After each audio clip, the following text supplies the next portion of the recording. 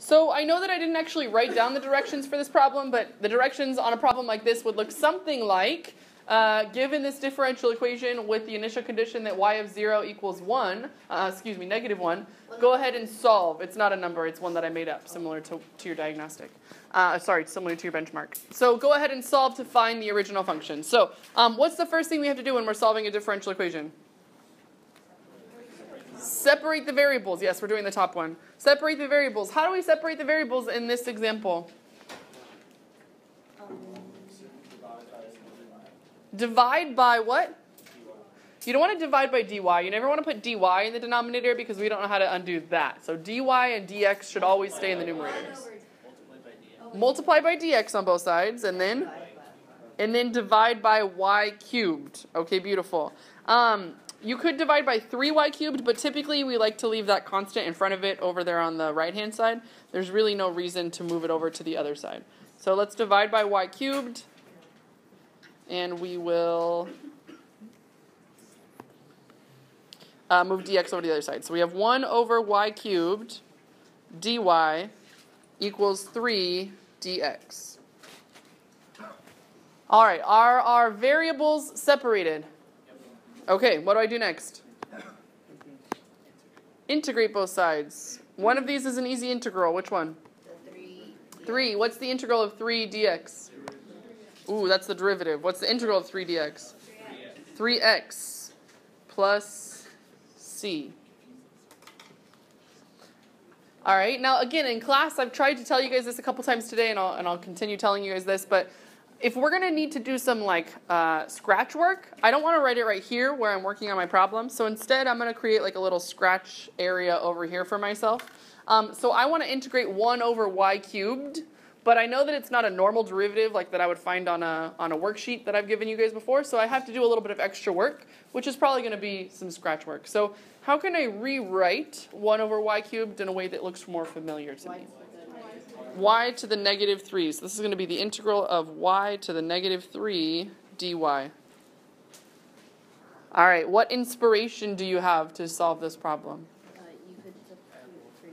Yeah, do a u substitution. So again, I'm going to start myself a separate little scratch paper again. So this will be my little scratch work for u substitution. So what should u be equal to? Negative 3. Does that really make sense? Do I need to do a u substitution? No. If I do negative 3, the derivative of that is just going to be 0. That's not really going to help me with much, is it? So I don't think I even need to do a u substitution. I take that back. So what is the integral of y to the negative 3? Yeah, y to the negative 2 over negative 2. And then technically plus c, but because we're already going to account for the plus c, I won't write that here. So this is y to the negative 2 over 2. Y to the negative 2 over negative 2. Thank you. You've redeemed yourself for that other comment. What do we do now? Yeah, multiply by negative 2. There's two options. You can either find the initial condition, use the initial condition now to find c, or you can wait till the end to use the initial condition to find c. I personally like doing it that way better, but it's up to you on which one you would choose. So yeah, I would multiply by negative 2 first. So if you multiply everything by negative 2, that would be c times negative 2, 3x times negative 2, and y to the negative 2 over negative 2 times negative 2. Which gives me what? Y to the negative 2 equals negative 6x plus c. Beautiful. All right, let's keep going. Remember that negative 2 times a constant is still a constant, so you don't have to write negative 2c.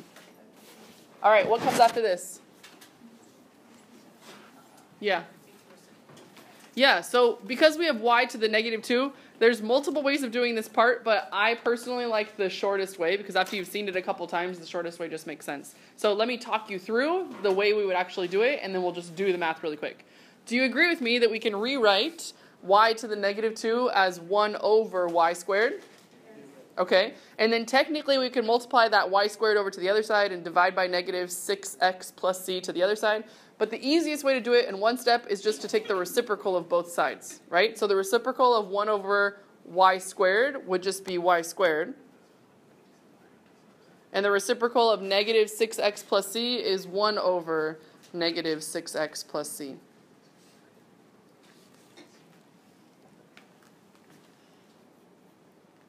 And then last but not least, square root both sides. So this is going to be y equals the square root plus or minus, perfect, of 1 over negative 6x plus c. Now I already know which of those we should keep, the positive square root or the negative square root. Do you know which one we should keep? Negative. We should keep the negative one. How do we know we should keep the negative square root? The initial condition says that y of 0 needs to equal negative 1. So when I plug a 0 into this, it needs to equal negative 1, so I should keep the negative square root. All right, so this is y equals the negative square root of 1 over negative 6x plus c. Wait, can you explain why, how you know it's a positive? Yeah, my initial condition is that y of 0 equals negative 1. So if it equals a negative number, then in order for a square root to be negative, the only way it's going to be a negative is if there's a negative in front of it. A square root can never equal a negative unless there's already a negative there. Yeah? I think I know the answer to this, but why didn't we split up 3 and y cubed? Instead of bringing the 3 with the y cubed? Yeah. You can, but typically we leave constants on the right-hand side. That's just typically what's done. But you would still get the same answer, just in a different way. But yeah, that's just typically what's done. Okay, we're almost done. What's the last thing we need to do? Plug in the initial condition to find c. So I'm going to go ahead and just erase this really quick so that I have room up here to do that. And then if I plug in the initial condition, I get that negative 1 is equal to the negative square root of 1 over 0 plus c. So how do I get rid of the square root? Square both sides. So that gives me that 1 is equal to 1 over c, which means that c is equal to? C is equal to 1. So final answer is that y is equal to the negative square root of 1 over negative 6x plus 1.